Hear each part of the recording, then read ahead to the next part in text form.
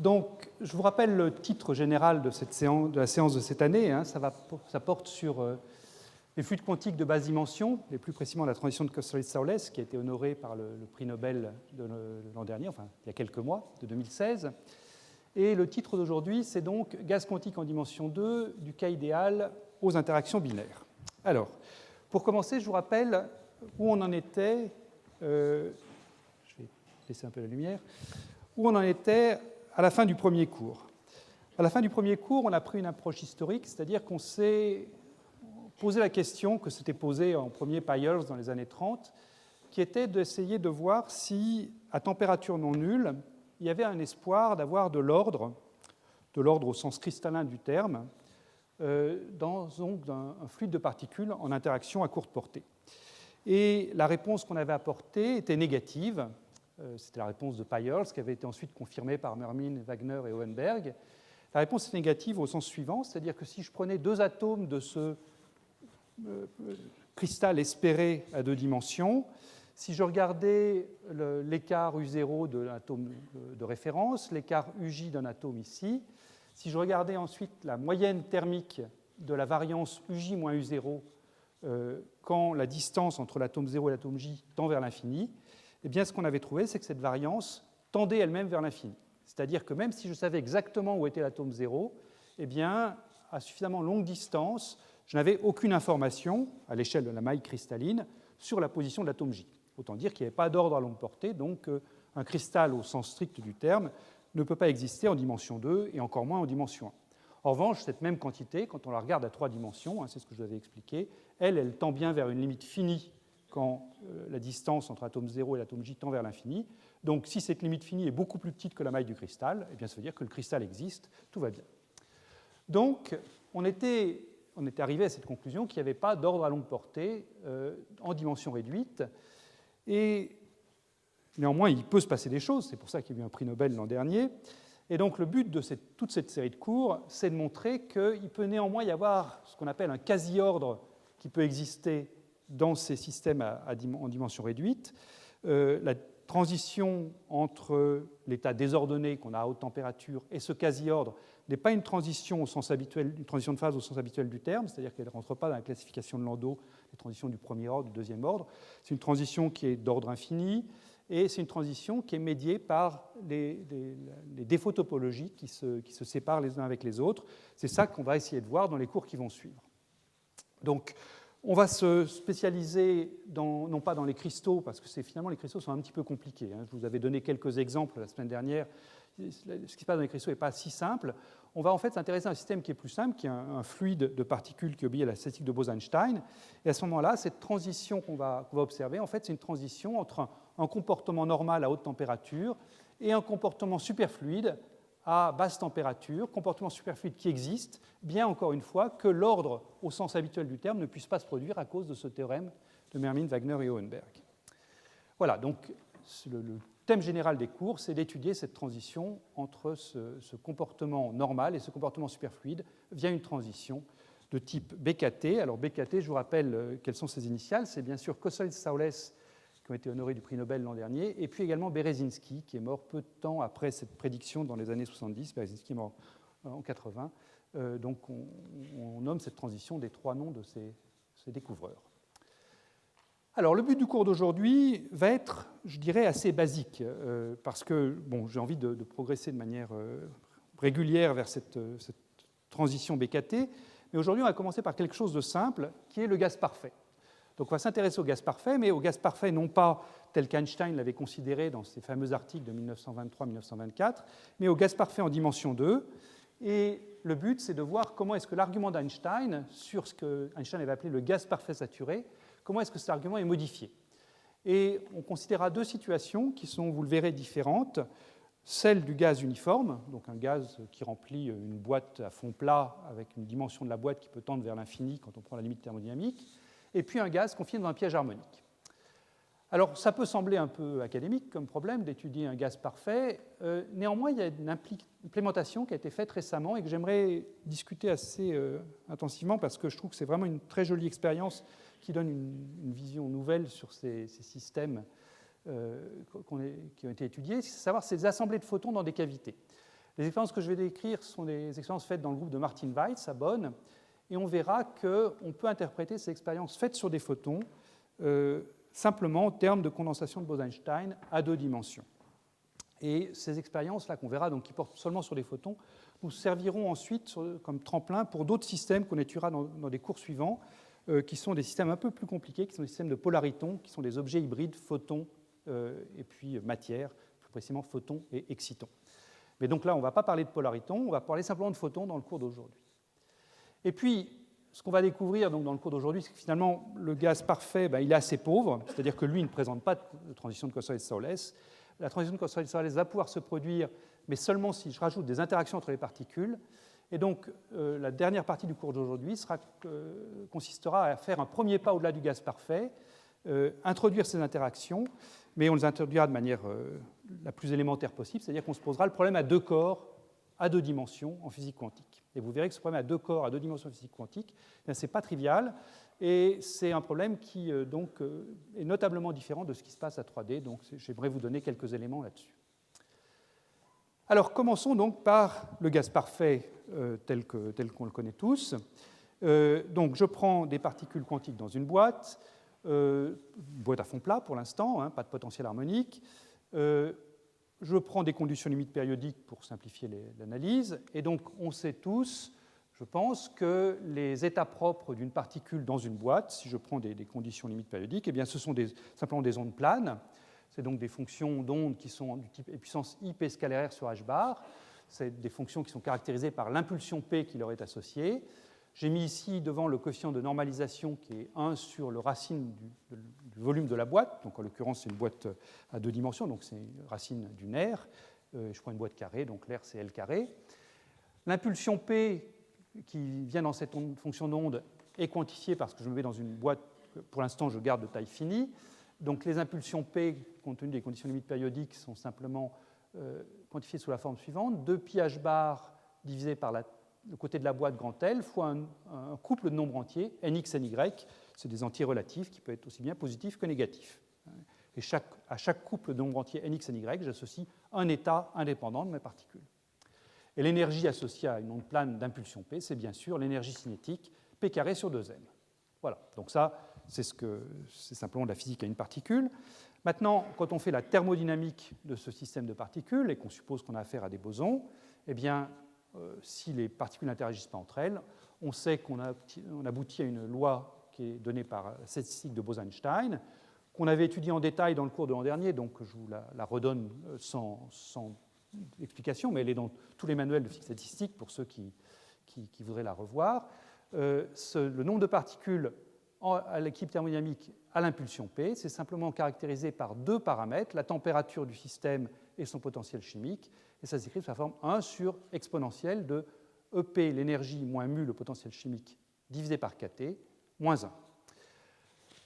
Donc, cette loi, on la réécrit assez fréquemment en remplaçant le potentiel chimique, la variable potentiel chimique mu, par une variable qu'on appelle fugacité, qui est une variable sans dimension, qui est simplement l'exponentielle du potentiel chimique divisé par kT. Et à ce moment-là, on réécrit cette loi sous la forme 1 sur z, exponentielle de EP sur kT moins 1. Voilà. Donc, il faut 2 variables pour définir l'état du système, la température et le potentiel chimique. Si vous préférez utiliser d'autres variables, vous pouvez dire qu'il faut la température et puis le nombre de particules. Le nombre de particules se déduit simplement en faisant la somme de tous les n de P et en disant que c'est le nombre de particules que vous avez mis. Vous pouvez aussi préférer paramétrer en termes de nombre de particules et d'énergie. Disons qu'il faut toujours 2 variables, mais vous prenez celle que vous préférez. Donc là, en l'occurrence, j'ai choisi ces 2 variables qui sont T et mu. Alors, un concept important pour comprendre la singularité du gaz parfait à 2 dimensions par rapport à ce à quoi on est habitué à 3D, c'est le concept de densité d'état. Très souvent, on est amené à effectuer des moyennes ou des sommes sur les états d'impulsion P. Je ne m'intéresse pas à ce qui se passe à une impulsion P donnée, mais je suis amené à faire la somme de ce qui se passe sur toutes les impulsions P. Donc je me donne une quantité physique F qui dépend de l'impulsion, et je suis amené à calculer cette somme sur tous les états d'impulsion P de F de P. Alors la semaine dernière, je vous avais expliqué que quand on avait à faire calculer comme ça une somme, on n'a pas tellement d'outils pour calculer les sommes. En revanche, on a beaucoup plus d'outils pour calculer les intégrales. Et donc, à la limite d'une très grande boîte, les impulsions P successives sont très voisines les unes des autres, puisque je vous rappelle qu'elles sont quantifiées en 2π h bar sur L, donc quand L tend vers l'infini, l'écart entre deux impulsions P données de la boîte tend vers 0. Donc on peut remplacer la somme discrète par une intégrale de Riemann habituelle.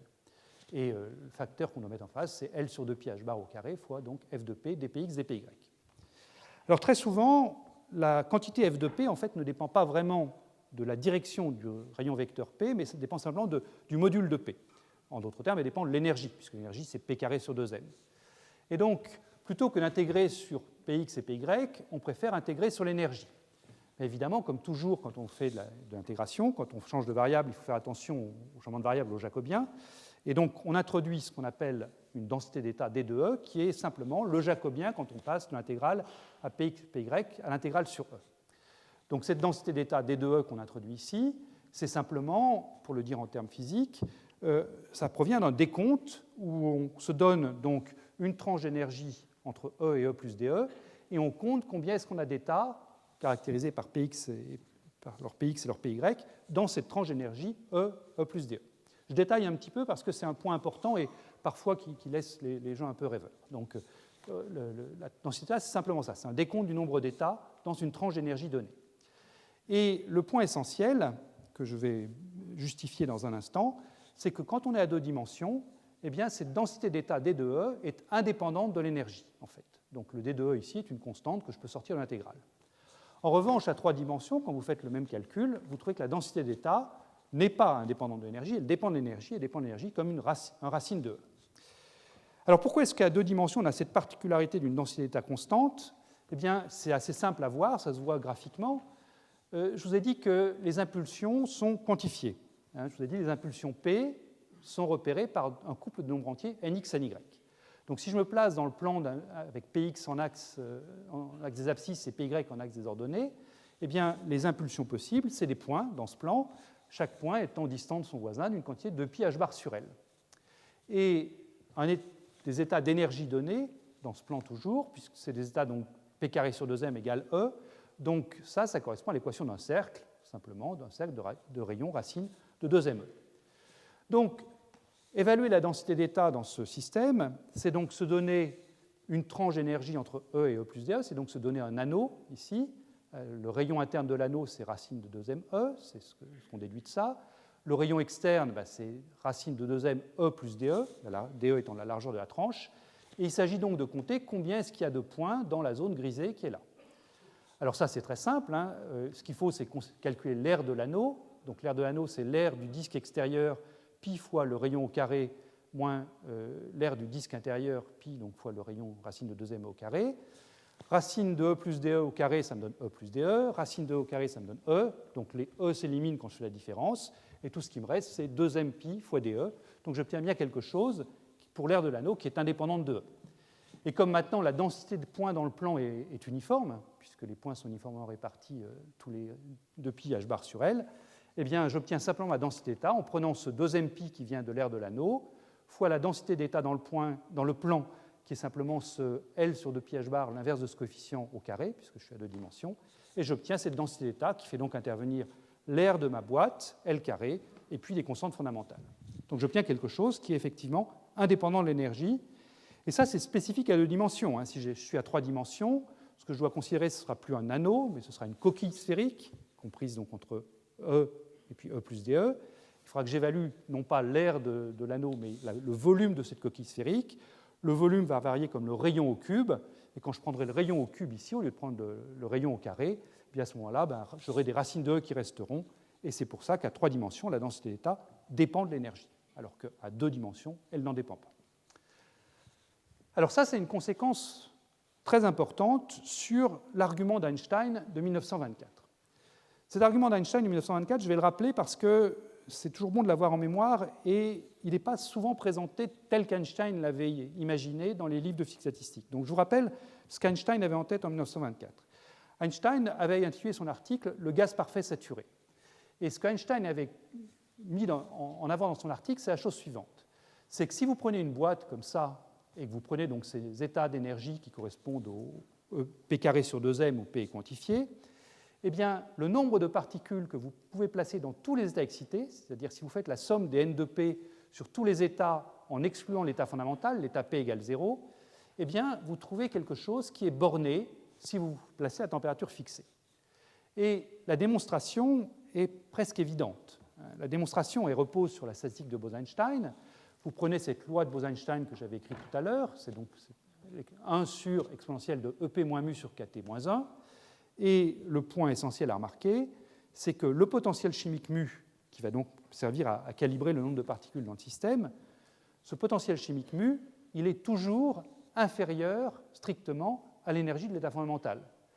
Donc le potentiel chimique mu, qui est donc une énergie, il est toujours situé dans la demi-droite qui est en dessous de 0. Si jamais je mettais le potentiel chimique mu au-dessus de 0, eh bien, dans cette formule-ci, vous trouveriez un nombre de particules dans l'état fondamental qui serait négatif, ce qui n'a évidemment aucun sens. Donc si je veux que le nombre de particules soit pour chaque état positif, eh bien, je n'ai pas le choix, il faut que le potentiel chimique soit inférieur à l'énergie de n'importe quel état, donc en particulier l'énergie de l'état fondamental. Et une fois que vous avez dit ça, eh bien, l'argument d'Einstein tombe tout de suite, parce que c'est une simple inégalité. Si mu est plus petit que 0, et je vais prendre E0 égale 0 ici, puisque dans ma boîte, l'état fondamental, c'est P égale 0, donc l'énergie vaut 0. Si mu donc est négatif, eh bien, cette somme-là, la somme sur tous les états excités, est toujours inférieure à cette même somme quand je remplace mu par 0. Alors, je suis obligé d'exclure l'état fondamental de cette somme, parce qu'évidemment, ça n'aurait pas de sens de garder ici l'énergie, de garder l'état fondamental là-dedans, puisque j'obtiendrai 0 exponentielle de 0 moins 1, exponentielle de 0 c'est 1, donc j'obtiendrai l'infini. Donc ça n'a aucun intérêt, il n'y a pas d'information. Mais si j'exclus l'état fondamental de cette somme, eh bien là j'obtiens une somme qui a priori est finie à ce stade, et donc j'en déduis tout de suite, comme ça, que le nombre de particules que je vais pouvoir mettre dans ces états-là est borné par cette fonction qui ne dépend que de la température. Quel que soit le potentiel chimique que je prends, j'ai cette borne-là, et puis j'atteindrai cette borne quand je ferai tendre le potentiel chimique vers 0, c'est-à-dire quand mon potentiel chimique qui est négatif se rapprochera de plus en plus près de l'énergie E0. Alors ça, c'est toujours vrai, et la chose qu'a fait Einstein, c'est de remplacer cette somme discrète par une intégrale, exactement de la même façon que ce que j'ai décrit plus tôt. Je vous prenais cette somme qui est donc une somme qui est une somme sur l'impulsion, mais qui en fait ne dépend que de l'énergie. Donc vous remplacez cette somme par ce qu'on a vu ensemble tout à l'heure, c'est-à-dire le jacobien, cette densité d'état d2e fois dE, divisé par la fonction qui m'intéresse, exponentielle de e sur kt moins 1. Et si l'intégrale a un sens, eh bien, on a la condensation de Bose-Einstein telle qu'elle est expliquée dans l'article d'Einstein de 1924. Toute la question est de savoir si cette intégrale ici a vraiment un sens. Quand je remplace une somme discrète par une intégrale, il y a toujours un risque que l'intégrale diverge, soit dans sa borne inférieure, soit dans sa borne supérieure. Et à ce moment-là, évidemment, je n'ai pas beaucoup progressé, parce que là, j'ai remplacé quelque chose qui était fini par quelque chose qui devient infini. Donc toute la question de savoir si cette intégrale que j'ai écrite ici converge ou pas, à la fois en 0, la borne inférieure, et en plus l'infini, la borne supérieure. Alors, regardons ça ensemble. La convergence en plus l'infini. Elle, je dirais, il n'y a aucun souci de ce côté-là, puisque la densité d'état D2E, je vous ai dit, à 2 dimensions, elle est constante, à 3 dimensions, elle diverge, mais gentiment, comme racine de E, alors que vous avez en face de cette divergence douce ou de cette constance, vous avez ici une exponentielle qui est le dominateur, qui est exponentielle plus E sur kt. Donc quand E va devenir très grand, je vais pouvoir négliger le moins 1 qui est là, et je vais me récupérer avec un exponentiel moins E sur kt au numérateur, et cette exponentielle décroissante violente, donc, eh bien, elle va compenser toutes les croissances possibles de D2E. Donc il n'y a aucun souci à avoir côté borne supérieure, côté plus l'infini, je suis sûr que mon intégrale va converger. Donc le problème n'est pas dans la borne supérieure, aux grandes énergies, il n'y a aucun souci à avoir grâce à la loi de Bose-Einstein. En revanche, on peut avoir un problème en E égale 0. En E égale 0, on peut avoir un problème. Ce problème ne se présente pas à 3D, mais vous allez le voir, il se présente à 2D. Alors qu'est-ce qui se passe au voisinage de 0 ? Au voisinage de 0, on peut faire un développement limité du dénominateur que je fais en détail ici parce qu'on va le réutiliser très très fréquemment aujourd'hui et dans les autres cours. Donc ce développement limité, ça consiste à faire quoi ? Ça consiste à prendre 1 sur e puissance e sur kt moins 1 et dire que si e est proche de 0, ici, puisque je m'intéresse à la borne inférieure, donc l'argument de l'exponentielle est petit devant 1, donc je peux linéariser l'exponentielle. Donc la remplacer par 1 plus son argument, donc e sur kt, j'ai toujours le moins 1 qui est là, Donc le plus 1 qui est ici et le moins 1 qui est là se simplifient. Il me reste simplement 1 sur E sur kt, donc c'est-à-dire kt sur E. Donc cette chose-là, qui est écrite ici, le dénominateur, diverge comme 1 sur E au voisinage de 0. Maintenant, si vous êtes à 3 dimensions et donc que la densité d'état varie comme racine de E, vous avez du racine de E au numérateur, du E ici au dénominateur, donc vous récoltez un 1 sur racine de E à la fin, et l'intégrale de 1 sur racine de E est convergente en E égale 0. Donc l'intégrale qu'Einstein avait écrite a bien un sens, elle converge, et donc quand on fait le passage à une limite thermodynamique, qui consiste précisément à prendre cette intégrale, eh bien, il n'y a pas de souci à avoir. On a effectivement une borne supérieure au nombre de particules dans l'état excité qui est significative, et la condensation se produit bien. Donc tout va bien de ce côté-là. Si je suis... Ah oui, pardon, non, je vous donne je ne passe pas tout de suite à 2 dimensions, je vous donne juste donc, la valeur de l'intégrale, parce que je dis qu'on pouvait la calculer, mais je donne quand même le résultat pour ceux qui ne s'en souviendraient pas. Donc quand vous calculez l'intégrale, ce que vous trouvez, c'est que donc, cette borne pour n excité de t et de mu, eh bien, ça varie comme L cube sur lambda t cube, fois un quotient numérique. L cube, c'est donc le volume de la boîte à 3D. Lambda t, c'est la longueur d'onde, ce qu'on appelle la longueur d'onde thermique. C'est l'échelle de longueur caractéristique que je peux sortir pour mes particules de masse m à température T. C'est donc h bar sur racine de mkt. Racine de mkt, c'est une impulsion caractéristique à température T. H bar sur une impulsion, c'est une longueur. Donc au facteur racine de 2 pi près, c'est quelque chose qu'on comprend bien. Et le 2.612 qui sort ici, c'est un quotient numérique qui sort quand on calcule l'intégrale explicitement, et c'est simplement la somme des 1 sur n puissance 3,5, somme de n égale 1 à l'infini. Ça, je dirais, c'est la technique mathématique, mais le point important, c'est que ce nombre d'atomes est borné par L cube sur lambda t cube. Ce qui est une manière encore plus agréable d'écrire ça, c'est d'introduire une quantité sans dimension qui est très significative, qui est ce qu'on appelle la densité dans l'espace des phases. Et cette densité dans l'espace des phases, eh bien, je l'obtiens en prenant le nombre de particules grand N, en le divisant par le volume de la boîte. Donc je fais apparaître ici n sur L cube, qui est simplement la densité spatiale. Je multiplie ça par lambda t cube, et cette chose-là me dit donc que la densité dans l'espace des phases, en passant lambda t au numérateur ici et le L au dénominateur, que la densité dans l'espace des phases est toujours plus petite que 2,612. Alors, cette densité dans l'espace des phases, je vous donne tout de suite une interprétation physique qu'il faut garder en mémoire. Hein.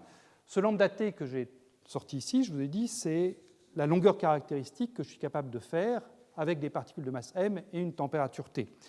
Donc, c'est en quelque sorte l'extension typique des paquets d'ondes que je peux former à température T pour décrire mes différentes particules. Donc, lambda T, il faut voir ça comme une extension de paquet d'ondes à cette température-là, à la température T. Et n sur L cube, donc ça, je vous dis, c'est la densité spatiale. Donc, 1 sur racine cubique de la densité spatiale, c'est la distance entre particules moyennes.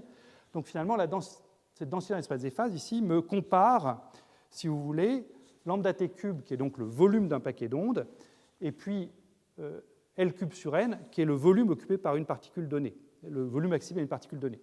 Donc quand la densité dans l'espace des phases est petite devant 1, ça veut dire que la taille de mes paquets d'ondes est petite devant la distance moyenne entre particules. Les paquets d'ondes ne se recouvrent pas les uns avec les autres.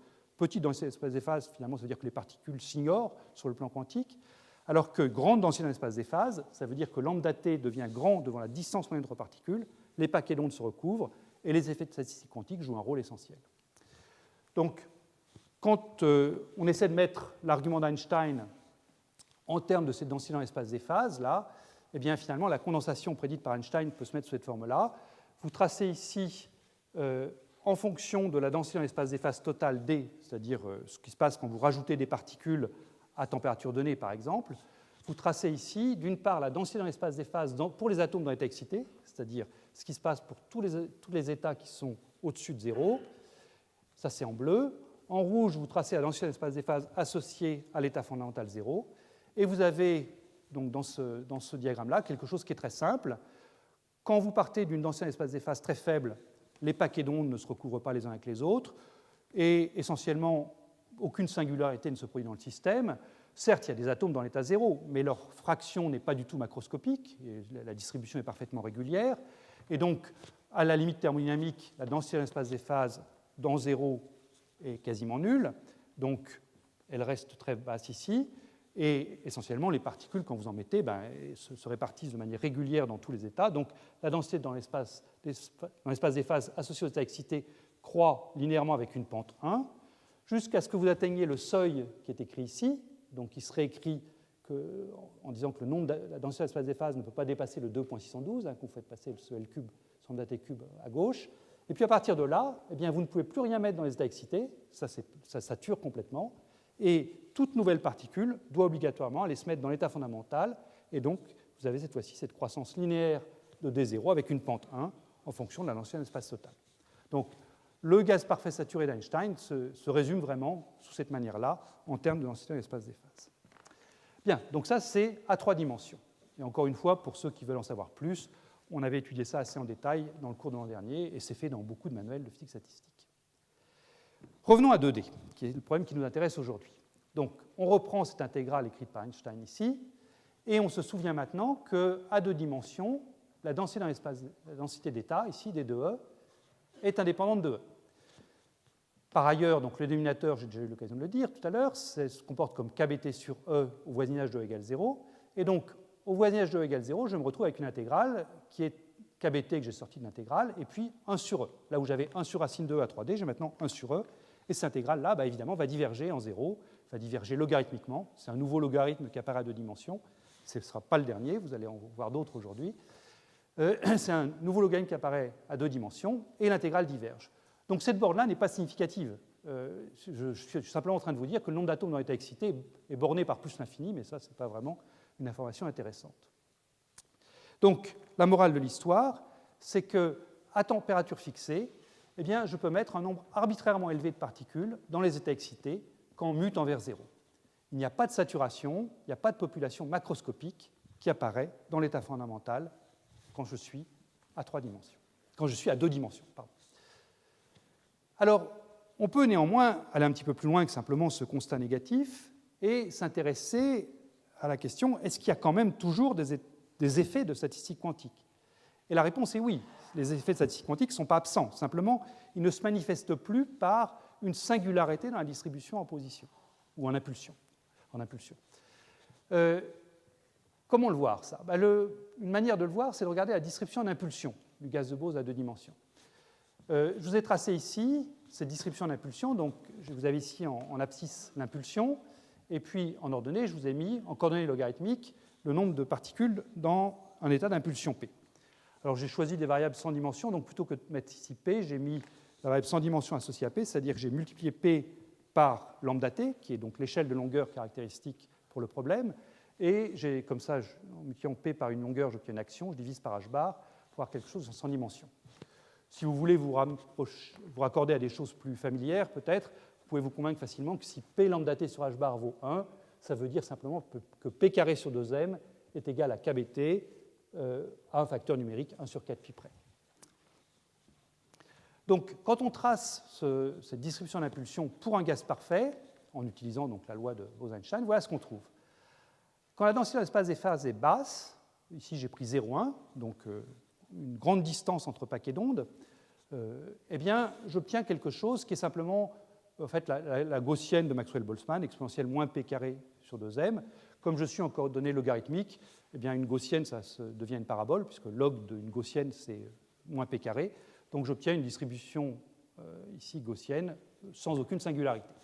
Et là, je suis dans le cas non dégénéré, je suis dans le cas où les effets de statistique quantique ne jouent pas de rôle.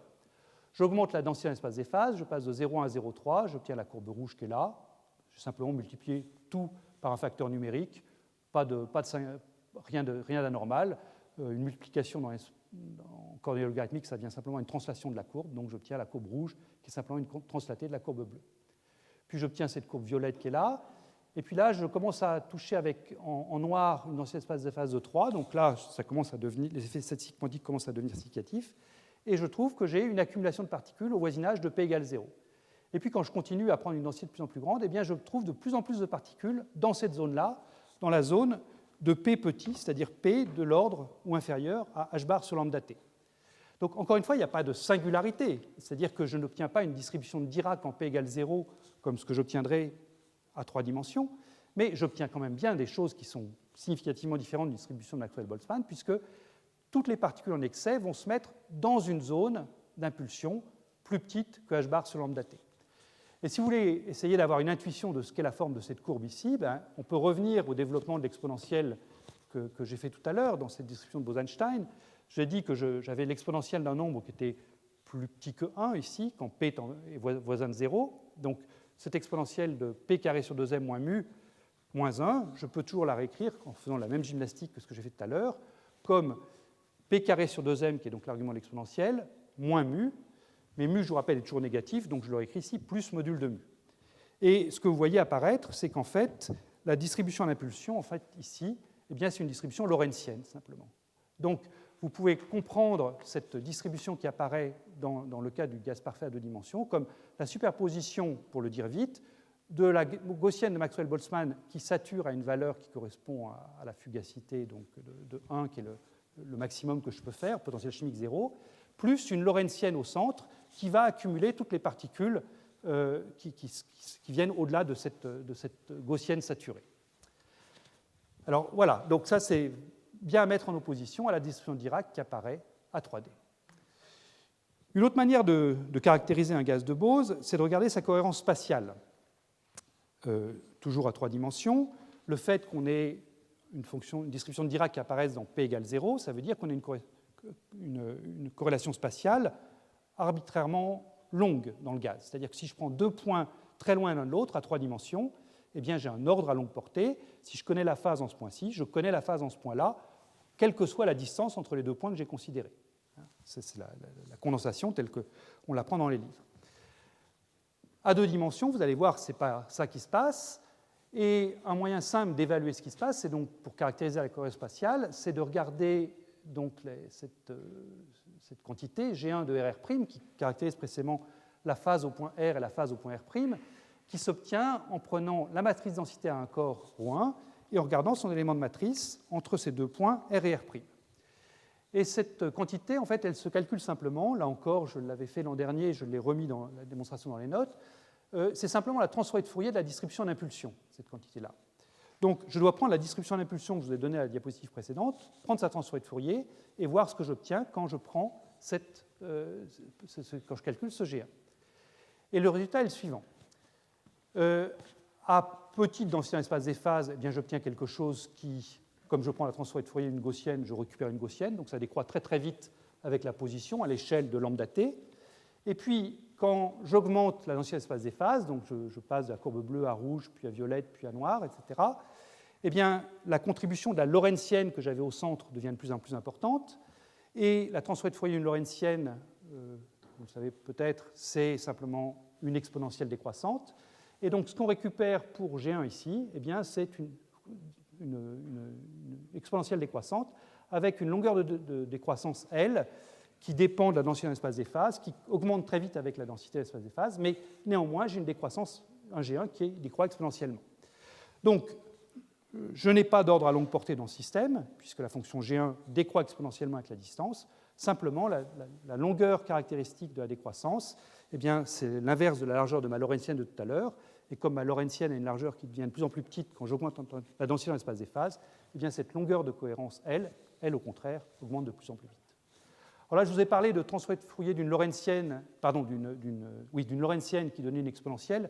Ça, stricto sensu, c'est vrai à une dimension. À 2 dimensions, c'est un petit peu plus compliqué. La transformée de Fourier fait intervenir des fonctions spéciales, des fonctions de Bessel. Simplement, le terme dominant de la fonction de Bessel, c'est bien ce que j'ai écrit là. Donc, j'ai à peine menti en disant ça. Voilà.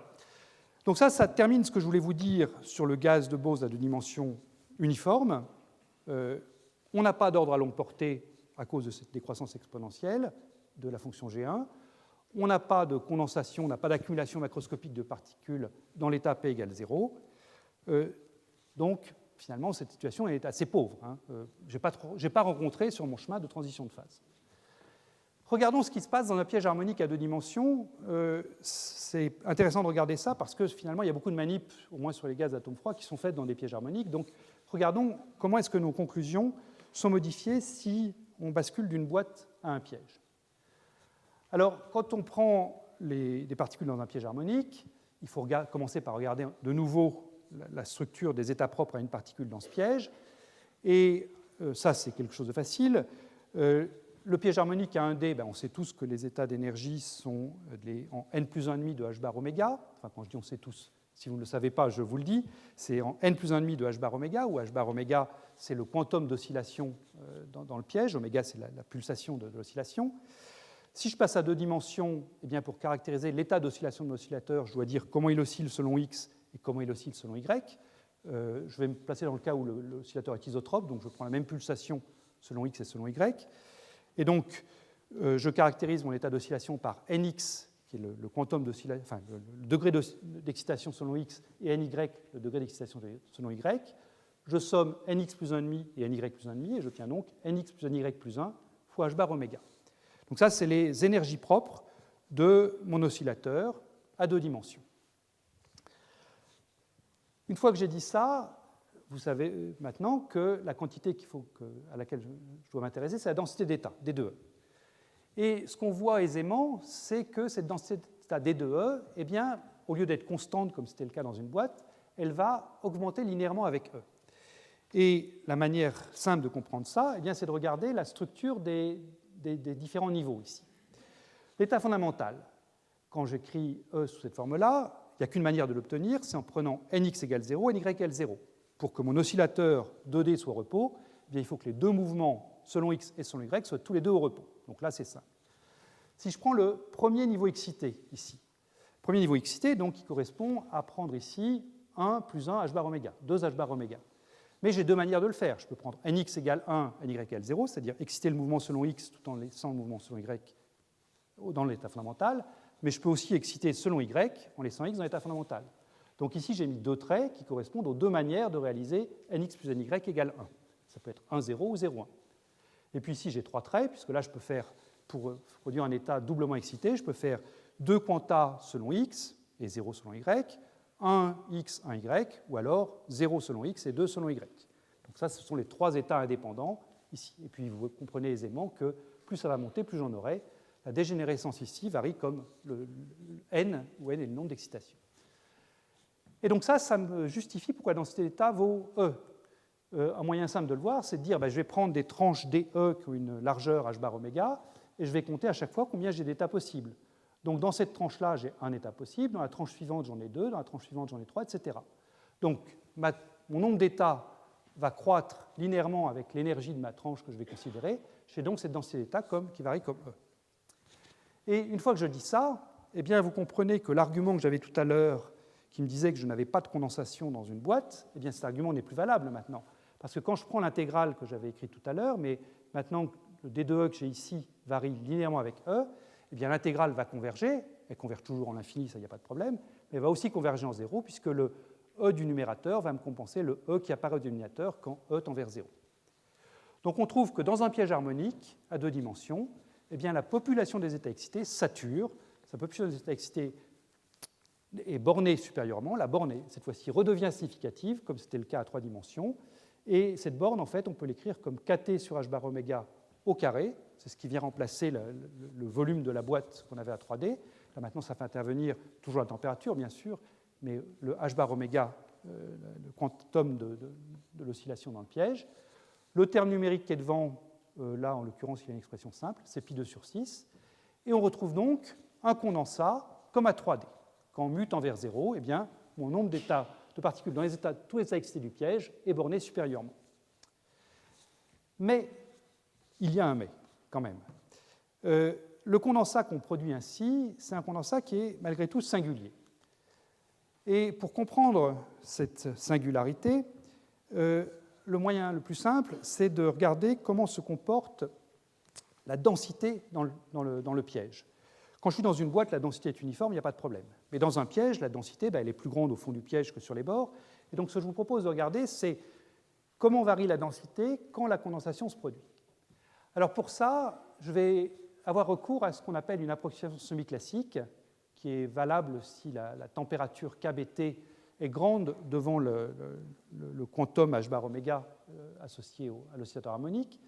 Et cette approximation semi-classique, quand on la fait, elle consiste à remplacer la distribution de Bose-Einstein qui est écrite ici, donc qui est une distribution en fonction de l'énergie de la particule, par une distribution qui porte à la fois sur la position R de la particule et l'impulsion P de la particule. Donc ça consiste à remplacer cette N de E par un W de R et P, où je remplace là-dedans l'énergie grand E par ce qui serait l'énergie d'une particule classique d'impulsion P et de position R. Donc je remplace le E par P carré sur 2M plus 1,5 de M oméga 2 R2, toujours divisé par KT moins 1. Alors cette approximation semi-classique, en fait, elle n'est pas si simple que ça à justifier. Je crois que les premiers à l'avoir introduit, c'est le groupe de Trento, de Sandro Stringari. Un moyen pour la justifier, c'est de passer par ce qu'on appelle la distribution de Wigner en physique quantique, qui est une quasi-distribution de densité dans l'espace des phases, un W de RP, mais je dis c'est une quasi-distribution parce que c'est quelque chose qui peut être positif ou négatif. Ce n'est pas forcément vraiment une densité de probabilité. Et puis ensuite, ça consiste à lisser cette quasi-distribution, la lisser en disant qu'on s'interdit de regarder des choses avec un détail trop fin, c'est-à-dire qu'on s'interdit de regarder des choses avec une précision en R, delta R, et une précision en P, delta P, telle que le produit des précisions serait meilleur que H bar. C'est-à-dire qu'on s'interdit de violer l'inégalité de Heisenberg, essentiellement, ce qui est toujours sage en mécanique quantique. Pour le dire autrement, quand vous prenez, si vous essayez d'écrire une vraie distribution de l'espace des phases en mécanique quantique, si vous essayez d'écrire une vraie distribution qui vous donne à la fois la position R de la particule et la position P de la particule, et l'impulsion P de la particule, vous savez que vous ne pouvez pas y arriver, puisqu'on ne peut pas connaître à la fois la position et l'impulsion. Donc, on est obligé de renoncer à une vraie distribution dans l'espace des phases en mécanique quantique, et la seule chose qu'on peut faire, c'est soit prendre des quasi-distributions, c'est Wigner, ou alors se dire on va prendre une distribution, mais en la lissant, en la regardant avec une moyenne à gros grains, et c'est ça que représente ce W de RP là. Alors pour ceux qui voudront en savoir plus, j'ai donné une référence dans les notes. Cette distribution est discutée dans un cours qu'avait fait Yvan Castin aux Ouches il y a un certain nombre d'années. Donc la justification, vous pourrez la trouver là. Voilà. Donc, regardez cette distribution comme avec des pincettes. On ne veut pas aller voir ce qui se passe à l'échelle de H bar dans l'espace des phases, mais comme la température KBT est supposée être grande devant H bar oméga, eh bien ce n'est pas grave, on a quand même avec ça une vision assez globale de cette distribution. Et maintenant, une fois qu'on a accepté d'écrire ce W de RP, eh bien, on peut l'utiliser pour intégrer sur l'impulsion, ce qui nous donne la distribution en position, c'est ce que je vais faire. On peut aussi l'utiliser en intégrant sur la position, et ça nous donne la distribution en impulsion. On peut faire beaucoup de choses avec ça. Alors, calculons la distribution en position, le ρ de R, donc je prends le W de RP que j'ai écrit ici, et je l'intègre sur les impulsions des 2P. Et là, à ce moment-là, c'est une intégrale qui est facile à calculer. Je ne le fais pas explicitement, mais ça ne présente pas de difficulté. Et je trouve de nouveau un logarithme. Et ce logarithme, c'est sa fonction, son argument, c'est 1 moins exponentielle de moins m oméga 2 R2 sur 2kt. Et je vais m'intéresser à ce qui se passe au voisinage du fond du piège. Donc je vais faire tendre R égale 0, R vers 0 là-dedans. Et à ce moment-là, eh bien, toujours le même petit jeu. Comme quand l'argument de l'exponentielle tend vers 0, je peux remplacer l'exponentielle par 1 plus son argument. Le 1 va se compenser avec celui-ci. Et tout ce que je vais récupérer après, c'est donc le log de l'argument, c'est-à-dire le log de R2, plus les termes constants, mais que je mets à côté. Donc je trouve que la densité dans le piège, ρ de R, varie comme log de R2. Et ça, bien, log de R2, vous voyez tous que ça va diverger en R égale 0. Et c'est ça le mais que je mettais à la diapositive précédente. C'est pour ça que je vous dis que ce condensat est singulier. C'est que certes, j'ai une condensation qui se produit dans un piège harmonique à 2 dimensions, mais le prix à payer pour cette condensation, c'est que la densité spatiale devienne infinie au centre du piège. Elle doit tendre vers l'infini logarithmiquement en R égale 0. Alors, vous pourriez vous dire, mais c'est dramatique, une densité qui devient infinie, c'est pas possible. Alors, mathématiquement, il n'y a rien d'incorrect. C'est-à-dire que, certes, la densité ρ de R diverge, mais l'intégrale de log de R2, elle, converge bien. Donc, c'est bien compatible avec ce que je vous ai dit tout à l'heure, que le nombre d'atomes qu'il faut mettre pour que ça condense est fini. C'était le pi2 sur 6 fois le kt sur h bar oméga au carré. Ça marche bien. Donc, il n'y a pas mathématiquement de problème avec cette densité qui devient infinie. Mais sur le plan physique, en revanche, il y a des problèmes, parce qu'on sait bien que des atomes ils ont tendance à se repousser à courte distance. Donc, avec des atomes, je ne vais jamais arriver à faire une densité infinie. Et donc, une question légitime, c'est comment est-ce que cette densité qui tend vers l'infini va pouvoir être compatible avec des interactions répulsives entre atomes. Ça, c'est quelque chose, donc c'est là que la transition Kosterlitz-Thouless va apparaître naturellement dans les cours qui vont suivre. Alors, vous pourriez vous dire, mais finalement, cette densité infinie que je trouve au fond du piège, est-ce qu'elle était là aussi à 3D? Et la réponse est non. À 3 dimensions, il n'y avait strictement aucun problème. Si vous faites exactement le même calcul que ce que j'ai fait à 2D, mais vous le faites à 3 dimensions, à ce moment-là, avec la même approximation semi-classique que j'ai écrite à la diapositive précédente, vous calculez ρ de R, et vous trouvez qu'au fond d'un piège harmonique à 3 dimensions, eh bien, le ρ de R ne tend pas du tout vers l'infini, ne se comporte pas du tout comme log de R2, il tend vers une valeur qui est 2,612 sur lambda t cube, et ça, ce n'est rien d'autre que la densité qu'on avait dans une boîte. Donc, dans un piège 3D ou dans une boîte, il y a une correspondance 1 à 1 des résultats, c'est-à-dire que dans un piège 3D, pour avoir condensation, eh bien, il faut que la densité au centre du piège soit égale à la valeur qu'il faudrait avoir dans une boîte pour la même température. Donc, il y a bien correspondance, comme je dis, 1 à 1 des résultats. Et on peut dire en quelque sorte qu'à 2 dimensions aussi, il y a correspondance 1 à 1 des résultats, puisque ce qu'on a dit, c'est que dans une boîte à 2 dimensions, il n'y a pas condensation, c'est-à-dire qu'il faudrait mettre une densité infinie dans la boîte pour condenser. Eh bien, dans le piège, c'est aussi ce qui se passe. Il faut mettre une densité infinie, mais au centre, pour condenser. C'est vraiment une densité infinie. Encore une fois, physiquement, c'est difficile à accepter. On sait bien qu'on ne va pas y arriver pour des particules matérielles en pratique. Voilà. Donc, voilà ce que je voulais vous dire sur le cas général du piège harmonique à 2D. Et j'aimerais maintenant passer sur une situation où finalement ce gaz idéal a été presque réalisé. C'est jamais parfait, évidemment, mais c'est presque, le cas presque idéal est réalisé. Et il est réalisé avec des photons en cavité. Donc ce que je vous propose de regarder maintenant, c'est ces expériences qui ont été faites à Bonn au cours des 5 dernières années, qui a consisté à traiter des photons comme des particules matérielles avec une masse non nulle, dans un piège harmonique avec une raideur non nulle, et montrer qu'on pouvait avoir condensation pour ce système. Alors ça pose plein de questions, hein, et je vais commencer par répondre à ces questions avant de vous montrer les résultats. Qu'est-ce que ça veut dire d'avoir des photons qui sont massifs, qui sont piégés et qui condensent? Alors déjà, ça commence mal. Des photons massifs, on n'est pas très habitué à ça, hein. Enfin, je veux dire, les photons, jusqu'à nouvel ordre, dans l'espace à 3 dimensions, ils sont de masse nulle. Comment est-ce que, dans l'expérience de Bonn, ils peuvent acquérir une masse à 2 dimensions? Donc, je vais essayer de répondre à cette question. Deuxième question, on vient de voir que pour avoir un condensat à 2 dimensions, il faut confiner les particules dans un piège harmonique, enfin, dans un piège et par exemple un piège harmonique. Comment est-ce qu'on peut faire un piège harmonique pour des photons?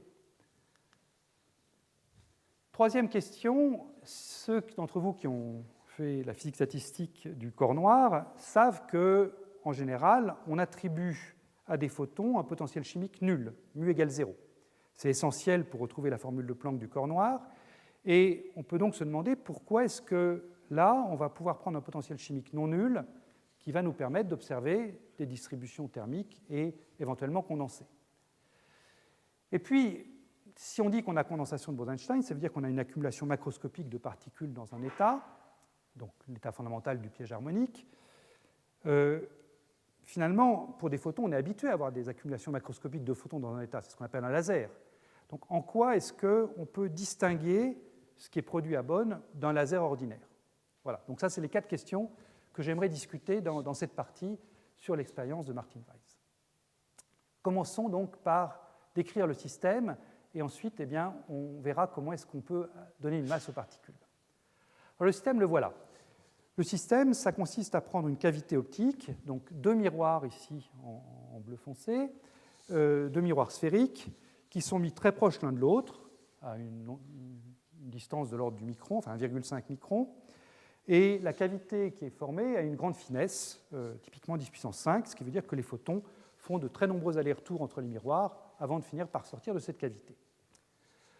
À l'intérieur de cette cavité, ici, on met un milieu qui est essentiellement du méthanol avec des molécules de colorant, la rhodamine 6G pour ceux qui connaissent, qui se souviennent des lasers à colorant qu'il y avait dans les laboratoires de physique atomique il y a une dizaine d'années ou un peu plus.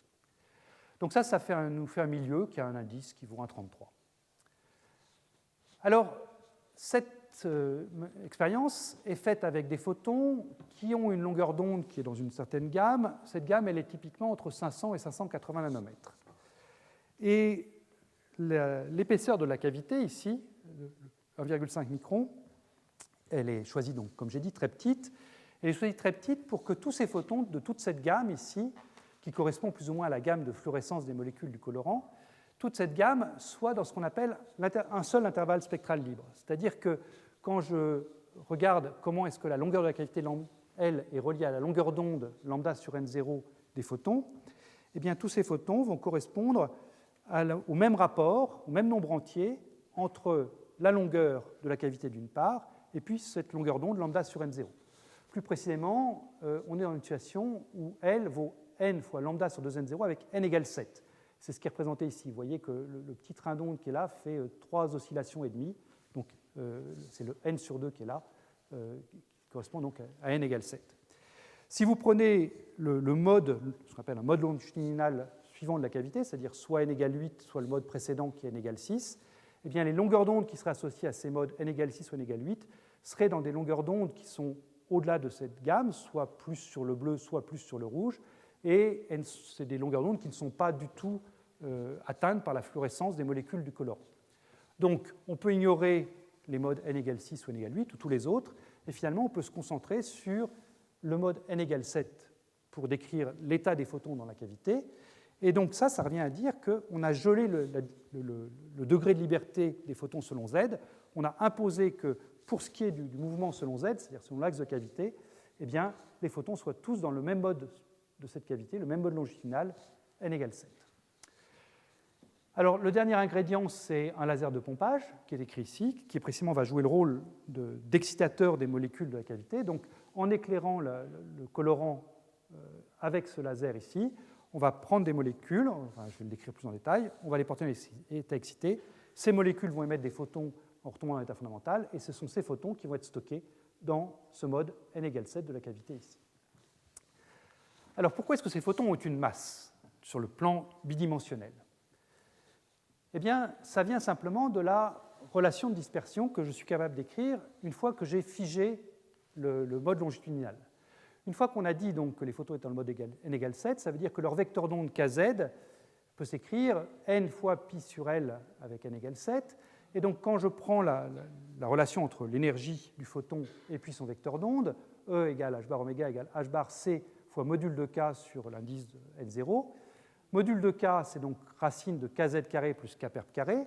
Je prends ici une image très corpusculaire pour les photons. Ce module de k, c'est racine de kz carré plus k perp carré. Et si je me place dans ce qu'on appelle la propagation paraxiale, qui consiste à dire que les impulsions transverses de mes photons k perp sont petites devant kz, eh bien, je vais pouvoir faire un développement limité de cette racine ici. Et en sortant donc le kz de la racine, j'obtiens 1 plus k perp carré sur kz carré racine. Et racine de 1 plus epsilon, c'est 1 plus epsilon sur 2. Donc j'ai k perp carré sur 2 fois kz carré ici. Et donc quand je réécris ça, eh bien, je peux le réécrire sous cette forme-là. Une quantité constante qui vient du 1, et puis un terme qui est un terme quadratique en k perp carré. Et une relation de dispersion qui relie l'énergie au carré de l'impulsion, au carré du vecteur d'onde, ben ça, c'est une relation de dispersion d'une particule massive. D'accord ? Et donc, je peux réinterpréter le coefficient qui vient se mettre devant k perp carré comme étant la définition d'une masse effective que je donne au photon. Alors, attention, je ne suis pas du tout en train de violer les principes fondamentaux de l'électrodynamique quantique ou de l'électromagnétisme. Cette masse qu'on donne au photon, c'est simplement pour le mouvement transverse des photons dans la cavité. La relation de dispersion reste toujours h bar oméga égale module de k, et pas autre chose. Mais vis-à-vis du mouvement transverse k perp, eh bien, j'ai ici une relation quadratique.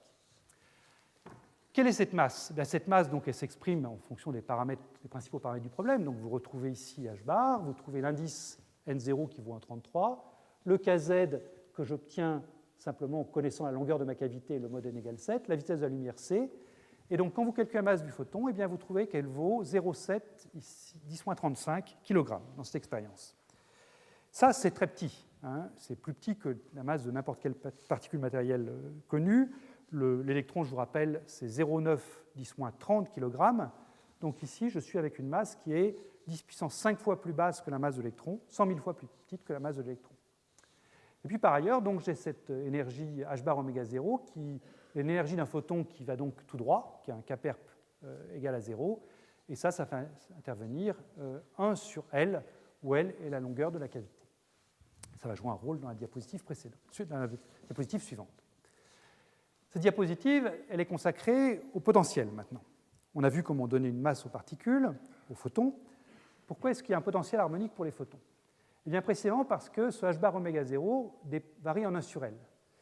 Et si je prends un photon qui est au centre ici et un photon qui est sur le bord là, eh bien, il ne voit pas la même longueur de la cavité. Le photon qui est au centre voit la longueur L0 et le photon qui est sur le bord voit une longueur réduite parce que mes miroirs sont courbés et la longueur en L de R, donc, c'est quelque chose que je peux calculer, c'est de géométrie simple, en fonction du rayon de courbure de mes miroirs grand R et puis donc de l'écart petit r à l'axe, ici. Là encore, je vais pouvoir faire un développement limité. Grand R, dans l'expérience, les rayons de courbure de la cavité sont de l'ordre du mètre. Et les R que je considère ici sont très petits, enfin c'est quelques centaines de microns. Donc je peux faire un développement limité et je récupère encore quelque chose qui est quadratique en petit r. Et donc, quand j'injecte cette longueur grand L de R dans le dénominateur qui est ici, eh bien ce que je trouve, c'est un h bar oméga 0 de R ici, donc l'énergie que doit avoir un photon quand il est à cet endroit-là. Eh bien cette énergie, c'est l'énergie du photon s'il est au centre, plus un terme qui est donc positif et qui varie comme R carré. Et le coefficient qui est devant ce terme, connaissant la masse du photon que j'ai trouvé précédemment, eh bien je peux le réinterpréter comme m, enfin le réécrire comme 1,5 de m fois grand oméga carré fois R2, où grand oméga, c'est une pulsation de l'oscillation du mouvement transverse de mes photons. Et ce grand oméga donc, s'écrit en fonction, là encore, des paramètres fondamentaux de mon problème, qui sont la vitesse de la lumière, l'indice de mon milieu, et puis la longueur de la cavité qui est au centre, qui vaut 1,5 micron, et les rayons de courbure du miroir. Et avec ça, je trouve une pulsation, ou plutôt une fréquence, pulsation sur 2π, qui vaut 40 GHz. Donc, j'ai fait un traitement qui était complètement corpusculaire, et je suis arrivé donc, à une relation qui est exactement celle pour une particule dans un piège harmonique, à savoir un terme d'énergie cinétique qui est en carré de l'impulsion divisé par 2 fois la masse, plus un terme d'énergie potentielle qui est en 1,5 de m oméga 2 R2. Alors, on aurait pu faire un traitement complètement opposé à ce traitement corpusculaire, qui est un traitement qui consiste à faire de l'électromagnétisme, regarder la forme des ondes dans cette cavité. C'est un traitement, pour ceux qui connaissent ça, qui est fondé donc sur les modes gaussiens de cette cavité. Et on aurait obtenu, à la fin, des résultats équivalents. Là, j'ai privilégié un traitement corpusculaire par rapport à ce traitement ondulatoire qui consistait à regarder les modes de la cavité, parce que ce que je veux, c'est me connecter à la physique de cette condensation de particules matérielles dans un piège harmonique. Mais ce traitement-là est finalement le dual, du point de vue corpusculaire, du traitement ondulatoire habituel de la physique des cavités. Il n'y a pas de choses radicalement nouvelles là-dedans, même si le résultat peut être surprenant à première vue. Donc une fois qu'on a dit tout ça, eh bien, on peut faire de la thermodynamique. On a établi donc ce qui se passait au niveau de la particule unique. Qu'en est-il maintenant de l'état d'équilibre à température T fixée? Alors pour ça, regardons déjà ce qui se passe au niveau des molécules du colorant.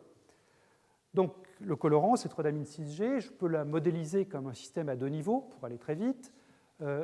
Un premier niveau G qui correspond à la molécule dans son état électronique fondamental, un niveau excité E qui correspond à la molécule dans son état électronique excité. Mais ce qu'il faut bien voir, c'est que ce niveau fondamental est constitué d'une foultitude d'états différents. C'est des états qui correspondent à toutes les possibilités qu'a la molécule de vibrer, de tourner sur elle-même. Et donc là, j'ai un quasi-continuum de niveau d'énergie. Même chose pour l'état excité. Et un point important, c'est que les constantes de temps de relaxation de ces états rho-vibrationnels ici et là, ces constantes de temps sont extrêmement brèves. Elles se situent dans le domaine de la femtoseconde, 10-15 secondes, ou quelques femtosecondes. Et ce temps-là, il est beaucoup plus court que le temps qu'il faut pour la molécule, quand elle est dans son état excité, pour retomber, en émettant un photon, dans son état fondamental. La molécule, quand elle est là-haut, elle va donc relaxer sous l'effet des collisions avec le bain de méthanol. ça va se thermaliser ici, et puis à un moment où, à l'échelle de 10-9 secondes, eh bien, elle va retomber de là à là. Donc vous avez ces deux constantes de temps qui sont très différentes, de 10-15 secondes, la femtoseconde pour la relaxation à l'intérieur du niveau E ou à l'intérieur du niveau G, et puis vous avez les transferts de E vers G, qui se font par émission spontanée, ou par émission stimulée, mais ça je vais y revenir, qui, eux, se font à l'échelle de 10-9 secondes. Donc vous avez ce processus-là, quand j'éclaire avec le laser de pompage, où ma molécule donc, peut passer de l'état G à l'état E en absorbant un photon, et puis vice-versa en émettant un photon. Donc, je viens de vous dire que vous avez cette relaxation revibrationnelle très rapide à l'échelle de la femtoseconde, qui va donc garantir un équilibre thermique à l'intérieur de ce continuum-là, un autre équilibre thermique à l'intérieur de ce continuum-là. Ça veut dire quoi, ça? Ça veut dire que si je regarde la population, enfin l'écart, le rapport entre la population d'un état d'énergie E plus H bar oméga là-haut et d'un état d'énergie E ici, eh bien, je vais avoir cet équilibre thermique garanti par la relaxation rapide là-haut et la relaxation rapide là en bas. Donc je vais pouvoir écrire ça sous la forme une constante sur laquelle je vais revenir, exponentielle, moins H bar oméga sur Kt, où le T que je mets ici, c'est la température du bain dans lequel est située ma molécule de rhodamine, le bain de méthanol. Là, j'ai mis un facteur Z, et ce facteur Z, lui, il n'est pas thermique. Ce facteur Z, il est imposé par la puissance du laser de pompage. Plus le laser de pompage sera intense, plus je mettrai de molécules dans l'état excité, donc plus la population d'un niveau d'énergie E plus H bar oméga sera grande par rapport à la population du niveau du bas. Donc le Z que je mets ici, lui, il n'est pas déduit de l'équilibre thermodynamique du colorant, il est imposé par mon laser de pompage que je peux régler plus ou moins intense, donc je vais pouvoir mettre plus ou moins de particules globalement là-haut par rapport à ce que j'ai globalement en bas. Mais ce qui est important, c'est qu'une fois que j'ai mis une molécule dans l'état excité, eh bien là, à ce moment-là, elle se thermalise très rapidement grâce aux interactions revibrationnelles. Donc, vous avez ce double jeu, hein, un jeu thermique à l'intérieur des continua qui me garantit que j'ai bien la température T du colorant ici, et puis un jeu qui est non thermique, qui est le jeu du pompage avec le laser, qui me donne la valeur de Z ici, qui est donc un Z qui est ajustable avec cette puissance. Maintenant, comment est-ce que les photons vont s'adapter à ça? Quelle est la thermodynamique des photons, maintenant qu'on sait ce qui se passe pour les molécules de colorant? Eh bien, appelons n ronde d'oméga le nombre de photons dans un mode d'énergie H bar oméga. Je vais faire ici un traitement très simple en termes de bilan détaillé. Il y a moyen de faire des choses beaucoup plus sophistiquées, et dans les articles du groupe de Martin Weitz, vous aurez des traitements plus détaillés, je les ai mis en référence si vous voulez. Mais faisons un argument très simple pour dire que le nombre de photons va s'ajuster à l'équilibre que je viens de vous donner pour les molécules du colorant. Donc, regardons dans un premier temps le processus d'absorption. Donc, qu'est-ce qui me caractérise l'absorption qui me fait passer de G à E? Eh bien, je dois prendre le nombre de photons dans le mode d'énergie H bar oméga, ici, n d'oméga, et je dois le multiplier par le nombre de molécules qui sont dans l'état de départ. Donc ça, c'est le processus d'absorption qui sont à gauche. À droite, je vais avoir ce qui contribue à la descente d'un état donné ici vers un autre état là. Et je vais avoir quoi? Bien, je vais avoir l'émission spontanée, le 1 qui est ici, plus l'émission stimulée, le fait que j'ai déjà des photons présents dans ce mode de la cavité, fois le nombre de molécules disponibles pour engendrer cette émission de photons, Ne de E plus H bar oméga. Quand on écrit ça, eh bien, après, c'est très simple de conclure, puisque je me contente simplement de faire passer le 1 plus n au dénominateur ici. Donc j'obtiens n ronde sur 1 plus n ronde égale ce Ne sur Ng que j'ai trouvé tout à l'heure, qui est ce Z exponentielle moins H bar oméga sur Kt. Et cette loi-là, eh bien, je peux facilement la résoudre, donc l'inverser, et ça me donne simplement n d'oméga égale 1 sur 1 moins 1 sur Z, exponentielle de H bar oméga sur Kt moins 1. Je trouve comme ça une distribution de Bose-Einstein, mais une distribution de Bose-Einstein avec une fugacité différente de 1. Hein. Le Z que j'écris ici correspond à une fugacité différente de 1, donc un potentiel chimique différent de 0. Donc je récupère un gaz de photons qui n'est pas le gaz auquel on est habitué quand on traite le rayonnement du corps noir, où on impose un mu égale 0. J'ai ici à ma disposition un gaz de photons de potentiel chimique ajustable. Alors, comment est-ce que j'ai cette différence avec le rayonnement du corps noir? D'où elle vient, cette différence? Bien, je vais revenir sur cette diapositive sur l'argument qu'on donne habituellement pour le rayonnement du corps noir pour justifier pourquoi on impose mu égale 0. Quand vous situez le rayonnement du corps noir, on dit souvent c'est parce que le nombre de photons n'est pas conservé qu'on met mu égale 0. C'est vrai, mais je dirais que c'est un petit peu court comme argument, parce que dans l'expérience de Bonn, le nombre de photons n'est pas conservé non plus. Les photons peuvent être absorbés par les molécules du colorant, ils peuvent être émis, donc la conservation du nombre de photons n'est pas en tant que telle suffisante. Il me semble que le bon argument à dire, c'est le suivant, c'est de dire que dans le rayonnement du corps noir, vous avez toutes les couleurs qui sont présentes, et vous avez des processus, parmi plein d'autres, où vous pouvez avoir un photon de grande énergie, disons un photon bleu, qui est absorbé par une des molécules qui composent les parois de votre four dans lequel il y a le rayonnement du corps noir. Donc ça se transforme en excitation des parois, et ensuite cette excitation peut se désexciter et donner naissance à 2 photons rouges.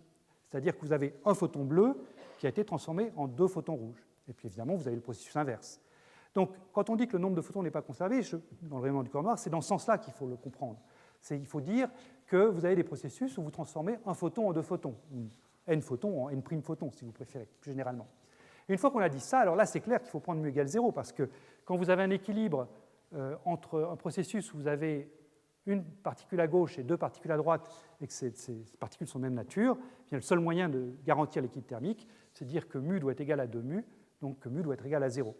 Donc le mu égale 0 du rayonnement du corps noir, c'est vraiment lié à ça. C'est lié au fait que vous pouvez avoir un photon dans 2 photons via ces excitations des parois. En revanche, dans l'expérience de Bonn, ce type de processus ne peut pas se produire parce que vous travaillez dans un intervalle spectral libre n égale 7 bien précis, et il y a une conservation qui est présente, qui est donc que le nombre d'excitations totales est toujours le même dans le système. C'est-à-dire que vous avez, au niveau du processus élémentaire, un photon plus une molécule G donne une molécule E. Donc là, l'excitation est portée par les molécules, là, l'excitation est portée par le champ, mais globalement, le nombre d'excitations reste constant. Donc, comme vous avez une constante du mouvement, vous devez la prendre en compte d'une certaine manière. Elle se prend en compte via un paramètre de Lagrange, qui est précisément ce potentiel chimique. Et donc, on a effectivement un potentiel chimique non nul qui apparaît pour rendre compte de cette loi de conservation. Pour ceux qui veulent aller voir ça sur le plan plus mathématique, ce que je suis en train de vous dire, là, cette conservation du nombre d'excitations, c'est intimement lié à ce qu'on appelle l'approximation du champ tournant, le fait que pour décrire donc, l'expérience de Bonn, eh bien, vous pouvez vous placer dans une approximation où vous couplez l'opérateur création de photons à l'opérateur qui fait descendre la molécule de l'état excité à l'état fondamental, plus un autre terme qui est l'opérateur destruction de photons. Un photon disparaît et la molécule passe de l'état fondamental à l'état excité. Donc cette loi de conservation, c'est lié intimement au fait que l'approximation du champ tournant est une bonne approximation pour décrire l'expérience de Bonn, alors que ce ne serait pas du tout une bonne approximation pour décrire le rayonnement du corps noir. Voilà, alors tout ça étant dit, que donne l'expérience ? Eh bien, l'expérience donne des résultats qui sont tout à fait en accord avec cette idée de condensation dans un piège harmonique à 2 dimensions. Ici, j'ai tracé donc, un des premiers résultats obtenus à Bonn, qui consiste à regarder la lumière, le spectre de la lumière qui sort de la cavité en fonction de la longueur d'onde, pour différentes puissances de pompage. Donc, tout à l'heure, je vous avais tracé des distributions en impulsion pour différentes densités dans l'espace des phases. Le bouton qu'on tourne là pour faire varier la densité dans l'espace des phases, c'est la puissance de pompage. La puissance de pompage varie ici entre 0,18 unité arbitraire à 14, donc il y a un facteur 100 entre la puissance de pompage du bas et la puissance de pompage du haut. Et ce que vous voyez, donc, c'est ici, vous avez tracé la longueur d'onde. Notez qu'ici, la longueur d'onde est croissante de gauche à droite, donc l'énergie en fait décroît de gauche à droite, alors que tout à l'heure, je faisais croître l'énergie, enfin, je faisais croître l'impulsion de gauche à droite. Donc il faut prendre l'image miroir. Si vous voulez connecter ce qui est représenté ici à ce que j'avais tout à l'heure, il faut prendre l'image miroir. Mais à ceci près, ce n'est pas compliqué à voir. Là, ici, vous avez la longueur d'onde qui correspond à la coupure qui correspond au mode n égale 7. Donc, si vous voulez, c'est l'énergie nulle transverse du mode n égale 7 qui est là. Et ce que vous voyez, donc, c'est qu'à basse puissance de pompage, eh bien, vous avez des distributions qui sont essentiellement ajustées par des distributions à la Maxwell-Boltzmann. Le trait noir, là-dedans, à chaque fois, c'est un ajustement pour une température T fixée, un potentiel chimique variable, ou un Z variable. Donc, l'ajustement est très bon. Et puis, quand vous augmentez la puissance de pompage, donc vous augmentez le potentiel chimique, eh bien, vous trouvez qu'il y a un pic qui apparaît au voisinage de 0, qui correspond précisément à la condensation dans le mode fondamental de la cavité. Et ça se voit directement à l'œil nu. Vous avez ici des images de la lumière qui sort de la cavité. Donc, c'est finalement une distribution dans l'espace des positions. Le N de R que j'avais calculé à l'approximation semi-classique tout à l'heure. Ça, c'est quand on est en dessous du seuil, donc c'est pour des courbes qui sont à peu près ici, où vous avez donc une répartition tout à fait continue. Il y a plus de lumière au centre que sur les bords, mais il n'y a pas de variation brutale. Et puis quand vous passez au-dessus du seuil, donc vous avez augmenté suffisamment le potentiel chimique pour condenser, et là vous avez un spot très lumineux au centre qui correspond à l'accumulation de photons dans le mode fondamental de la cavité. Et le point où la condensation se produit, qui est à peu près ici, eh bien, ça correspond bien à ce qu'on attend à partir de la formule que j'ai donnée tout à l'heure. Je vous avais dit que ça variait comme kBt sur h bar oméga au carré. Je vous avais dit qu'il y avait un coefficient de vent qui était pi2 sur 6. En fait, là, maintenant, ça est devenu un pi2 sur 3. Ce n'est pas pour tricher, c'est juste que les photons ont deux états de polarisation donnés. Et donc, on condense dans les états de polarisation dans un sens et dans l'autre. Donc, il faut mettre 2 fois plus de photons pour condenser que s'il y avait un seul état de polarisation. Donc, on trouve comme ça le bon accord avec l'expérience. Le nombre de photons qu'il faut mettre pour condenser, c'est à peu près 60 000, l'intégrale de la courbe au moment où le petit pic ici apparaît. Alors, le dernier point que je voudrais discuter, c'est finalement, est-ce qu'on a affaire à un condensat ou simplement à un laser d'un nouveau type? Alors, c'est un problème qui est très débattu. Il y a eu beaucoup d'articles là-dessus. Est-ce que c'est simplement un nouveau laser ou est-ce que le mot condensat de Bose-Einstein est approprié? Personnellement, je pense qu'on peut parler de condensat dans ce cas-là. Je vous donne simplement les arguments pour et puis des arguments contre. Alors, les arguments pour, c'est que ici, on est vraiment dans un cas où la distribution énergétique, celle que vous venez de voir à la diapositive précédente, c'est celle-là, eh bien, cette distribution énergétique, elle fait vraiment apparaître un pic étroit au-dessus d'un piédestal qui est un piédestal thermique, qui est un piédestal vraiment caractérisé par une distribution d'équilibre thermodynamique. Ça, c'est très généralement absent pour un laser, même s'il y a des contre-exemples. Quand vous allez regarder les fluctuations du nombre de photons, ça c'est d'autres manips qui ont été faites à Bonn après, quand vous allez regarder la fluctuation du nombre de photons, les fluctuations du nombre de photons dans le mode d'un laser, comme ce laser vert, ce pointeur laser vert que j'utilise, très souvent elles sont poissoniennes, caractérisées par une distribution de Poisson. Ici, dans ce système-là, elles sont nettement plus importantes et sont tout à fait bien caractérisées par ce qu'on attend à l'équilibre thermodynamique pour l'ensemble grand canonique, qui est celui qui est pertinent pour décrire cette expérience où vous avez affaire à un système ouvert. Donc ces deux critères-là correspondent tout à fait à ce qu'on attend pour un condensat de Bose-Einstein décrit à l'ensemble grand canonique. Alors maintenant, les arguments contre. Un premier argument, c'est de dire qu'ici, on n'est pas vraiment dans un état stationnaire au sens équilibre thermodynamique d'un système fermé. On a affaire à un système ouvert. Si jamais j'éteins le laser de pompage, eh bien, aussitôt, évidemment, le système va s'interrompre puisque je n'aurai plus d'alimentation de mes molécules, les photons vont sortir de la cavité et je n'aurai plus rien à la fin. Donc, on est plutôt dans un régime forcé du colorant plutôt que dans un état d'équilibre au sens strict. Donc, si on veut vraiment parler de condensat, il faut en fait généraliser la notion de condensat à des systèmes ouverts, ce que les gens ont fait, et étudier à ce moment-là ce qui se passe. Et puis, un dernier argument qui vient de sortir, en fait, c'est dans un livre qui vient d'apparaître, c'est un argument émis par Jacopo Carusoto et ses collègues, c'est que tout ça, c'est bien pour caractériser l'équilibre thermodynamique, mais on peut être un petit peu plus exigeant sur les critères qu'il faut pour vraiment qualifier ça de condensat de Bose-Einstein, et on peut aller chercher certaines relations de fluctuation-dissipation et voir si ces relations de fluctuation-dissipation sont effectivement vérifiées ou non par le système étudié à Bonn.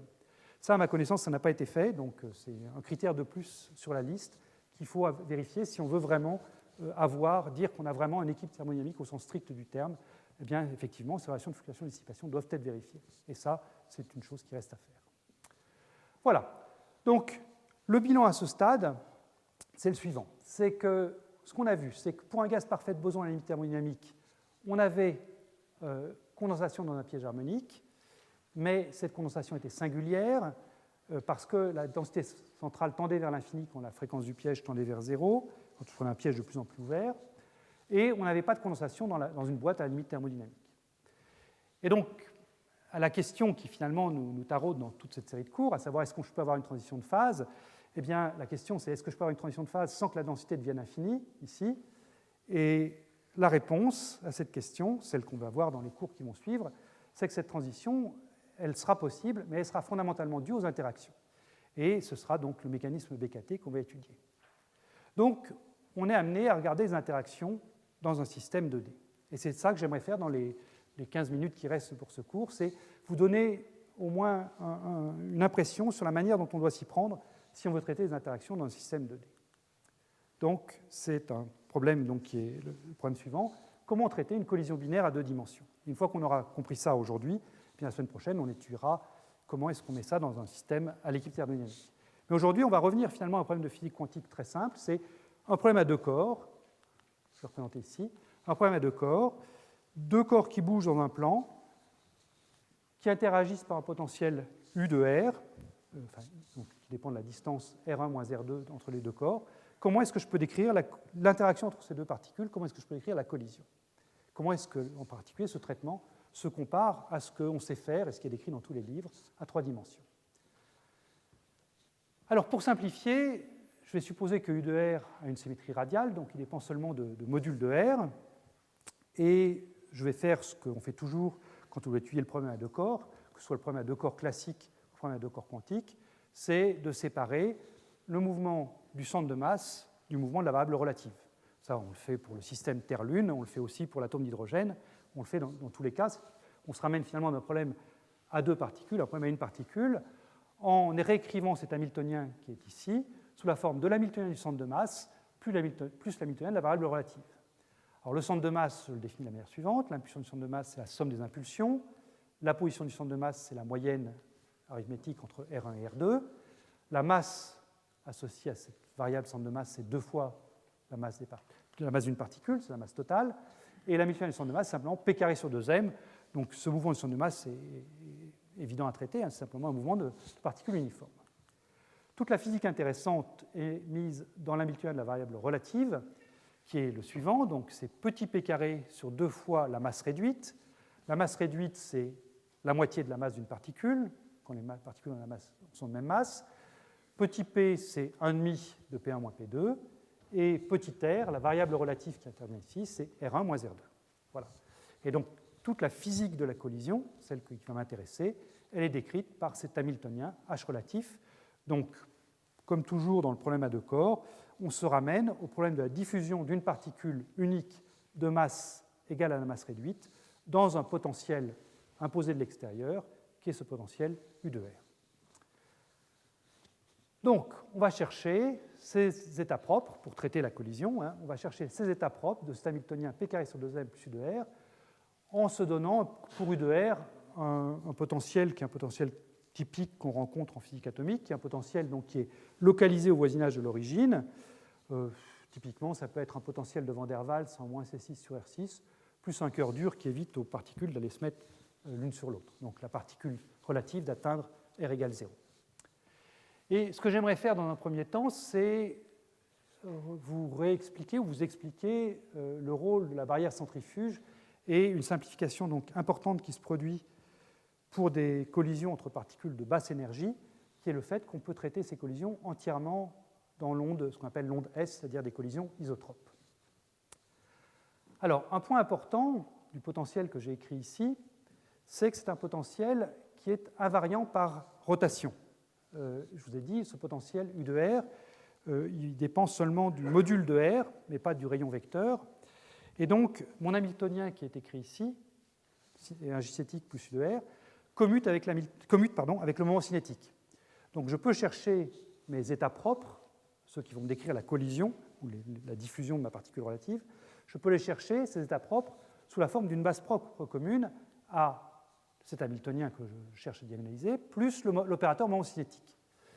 Et dire d'une fonction d'onde qu'elle est état propre de l'opérateur moment cinétique, ça précise entièrement sa partie angulaire. En particulier, les états de moment cinétique nul sont des états isotropes, et puis les états de moment cinétique non nul sont des états avec une partie angulaire plus compliquée. Et quand vous regardez ce qui se passe pour les états de moment cinétique non nuls, eh bien, quand vous intégrez cette partie angulaire et que vous ramenez simplement à l'hamiltonien pour la variable radiale, eh bien, vous voyez apparaître dans l'hamiltonien un terme de barrière centrifuge. Donc, pour les états de moment cinétique non nuls, il apparaît un terme en plus 1 sur R2, qui est donc le terme d'énergie centrifuge, qui décrit la prise en compte du moment cinétique dans l'hamiltonien pour la variable radiale. Donc, je vous ai donné ici un exemple en bleu. Vous avez ici, en pointillé, comme ça, simplement l'énergie centrifuge associée à un état de moment cinétique non nul. En l'occurrence, c'est l'état de moment cinétique L égale 1, mais bon, ils ont tous la même forme, ils sont tous en plus 1 sur R2. Et puis là, en trait continu bleu, j'ai superposé l'énergie centrifuge donc, associée au moment cinétique au potentiel U de R, qui est donc en moins C6 sur R6, localisé au voisinage de l'origine, plus éventuellement un cœur dur que je n'ai pas dessiné, mais qui ferait remonter le potentiel ici.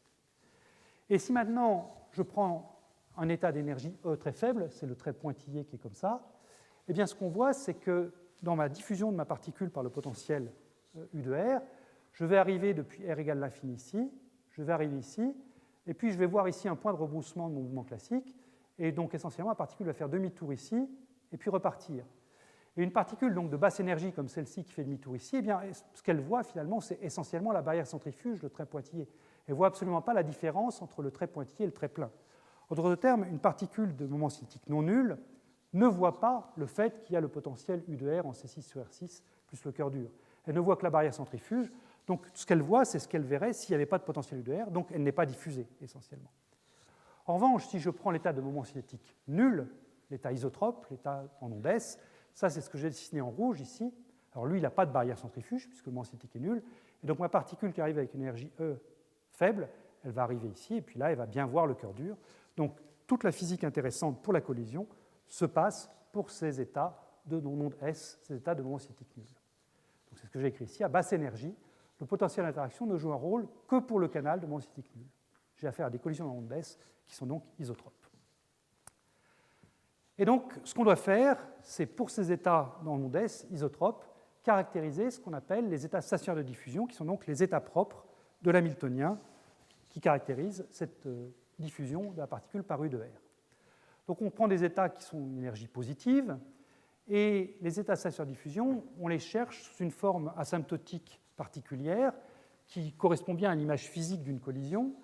On prend une particule avec une impulsion P initiale bien définie, c'est donc une onde plane, et puissance I cascalaire R, c'est l'onde plane incidente que j'ai représentée par ces traits rouges.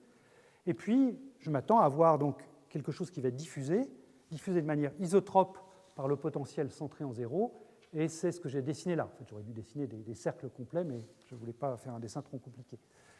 Et ce qui est diffusé, donc si je suis à 2 dimensions, eh bien, ça doit être une onde cylindrique sortante, un puissance IKR sur racine de KR, et toute la physique de la collision est caractérisée par l'amplitude de diffusion f de k qui est là. Si l'amplitude est forte, eh bien f de k doit être grand. Si la collision est faible, eh bien f de k doit être petit. Donc ce qui m'intéresse, c'est le comportement de f de k, et je m'intéresse encore une fois à la limite de basse énergie, donc des vecteurs d'onde k qui vont tendre vers 0. Alors, qu'est-ce que je peux dire là-dessus? Eh bien, revenons pendant une minute sur ce qui se passe à 3 dimensions. À 3 dimensions, on peut poser le problème exactement de la même façon. J'ai toujours mon potentiel ici, que je vais supposer donc localiser, mon potentiel U de R localisé, je suppose portée petit b, donc je prends localisé dans un disque de diamètre 2b. J'ai toujours mon onde incidente et puissance IKX. J'ai toujours mon onde diffusée ici, qui va donc être une onde sphérique, comme on va le voir, sortante. Comme je prends des collisions à faible énergie, donc je vais faire tendre K, le vecteur d'onde de ma particule, vers 0, donc en particulier, je peux prendre le cas où K fois petit b, la portée du potentiel, est petite devant 1. Ça veut dire qu'il existe un rayon dans l'espace qui correspond donc à KR égale 1, et ce rayon dans l'espace, eh bien, il est à l'extérieur de la portée du potentiel. C'est-à-dire que ce que je veux dire ici, c'est que j'ai finalement une région de l'espace qui est l'intérieur de ce disque ici, mais pas l'intérieur du disque 2B, une région donc de rayon R qui est plus grande que B mais plus petite que K-1, pour laquelle la particule ne voit pas le potentiel, mais pour lequel donc KR est petit devant 1. Donc cette zone-là va jouer un rôle important dans ce qui va suivre. Donc étudions la forme que je vais chercher pour ma fonction d'onde radiale.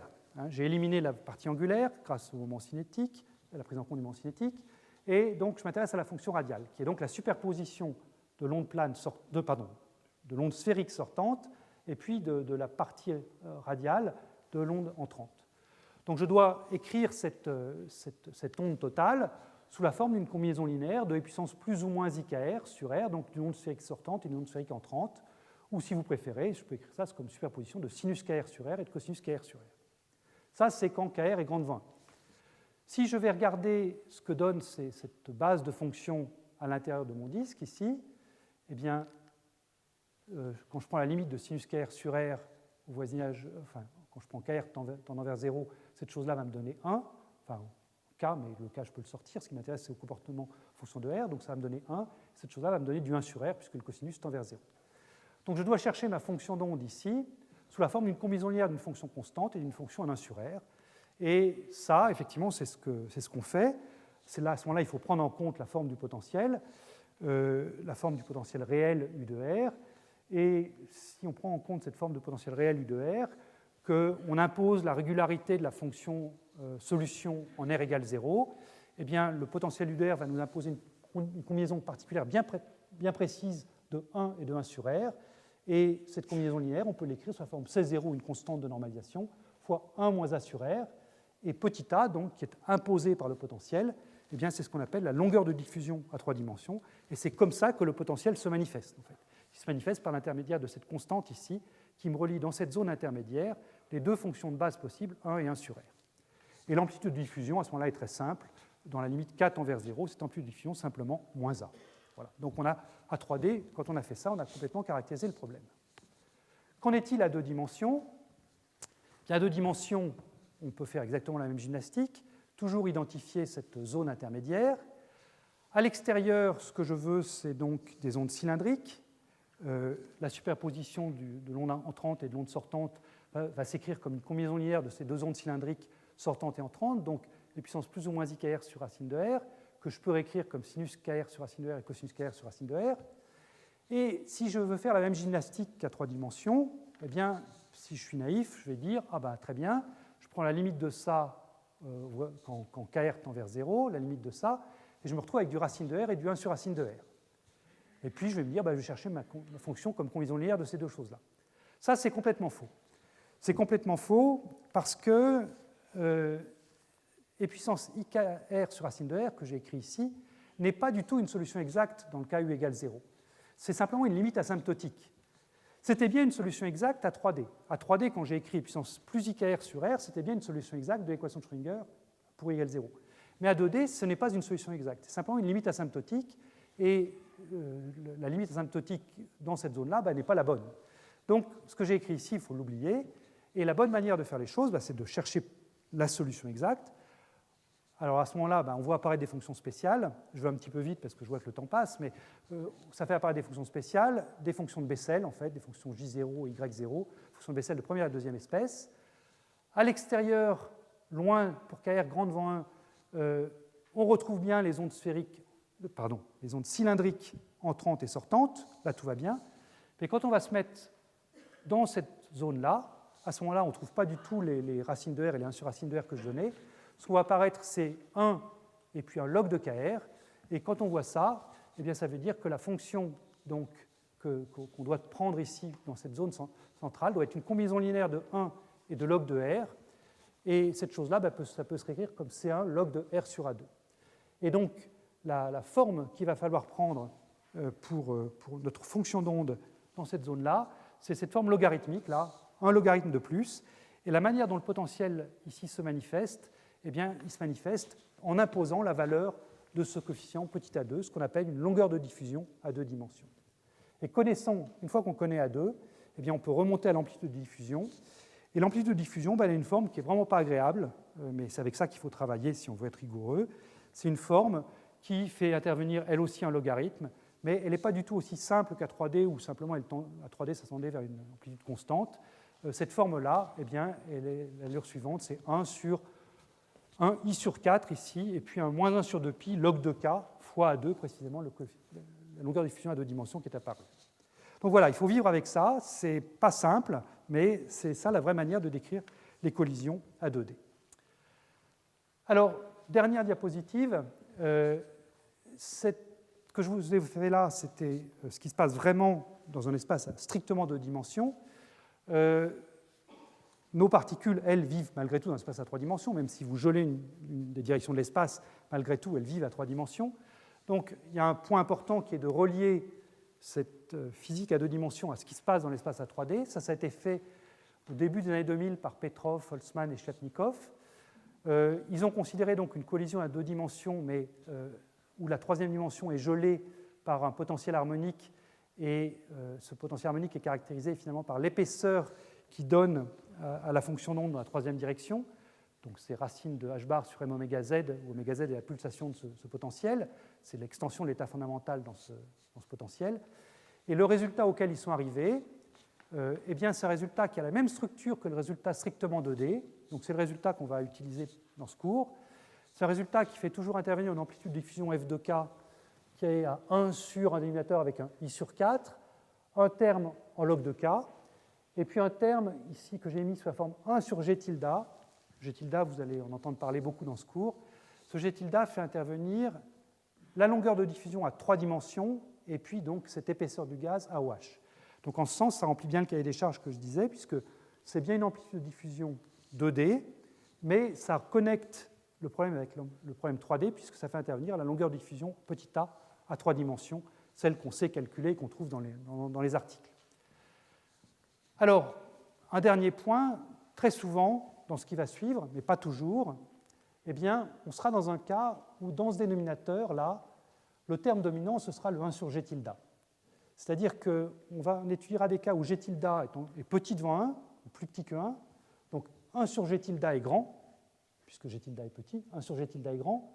Donc en particulier, 1 sur g tilde sera grand devant le i sur 4, que je pourrais oublier, grand devant un quart. Et puis, un logarithme, c'est jamais bien grand. Et quand vous le divisez par 2π, c'est encore plus petit. Et donc 1 sur g tilde, eh bien, il sera aussi grand devant ça. Donc à ce moment-là, tout ira bien, tout sera simple, puisque quand je ferai ça, eh bien, je pourrai remplacer ce dénominateur compliqué par 1 sur g tilde, donc prendre f de k de l'ordre de g tilde, c'est-à-dire que je récupérerai, comme à 3D, une amplitude de diffusion qui sera constante. Mais attention, ce ne sera pas toujours vrai. En particulier, on discutera dans un des cours vers la fin ce qu'on appelle des anomalies quantiques, où là, à ce moment-là, eh bien, on ne peut pas ignorer ce terme logarithme-là, et ça viendra compliquer singulièrement la physique, mais l'enrichir aussi. Donc il y a des choses en plus qui sont très, très intéressantes. Donc voilà, je termine avec ce bilan, j'aurais dépassé de 2 minutes, excusez-moi. Le gaz parfait à deux dimensions, finalement, ce qu'on a vu, c'est qu'il pouvait être vu comme un cas particulier du théorème de Merwin-Wagner, au sens où il n'y a pas d'ordre à longue portée. On a trouvé que ce G1 décroissait exponentiellement avec la distance, mais en même temps, il est pauvre, puisqu'il ne présente pas non plus de transition de phase topologique. On n'a vu aucune singularité apparaître dans notre traitement. Et je répète ce que j'ai dit, les interactions sont indispensables pour faire émerger ces transitions de phase. La description de l'interaction est en général compliquée, mais on peut néanmoins la simplifier, et c'est ce qu'on fera la semaine prochaine. Si on se limite à ce cas où G tilde est plus petit que 1, à ce moment-là, eh bien, on peut les décrire par une amplitude de diffusion constante, et là, à ce moment-là, eh bien, vous allez voir comment est-ce que la transition de Kosterlitz-Thouless peut émerger naturellement. Voilà, donc je vais m'arrêter ici. Je vous rappelle le séminaire que nous aurons d'ici un quart d'heure, donné par Klaus Møllmer, A Relaxed Approach to Quantum State Engineering. Klaus vient de l'Université d'Aarhus, mais je le présenterai plus en détail dans quelques minutes. Et d'ici là, eh bien, je vous remercie beaucoup pour votre attention.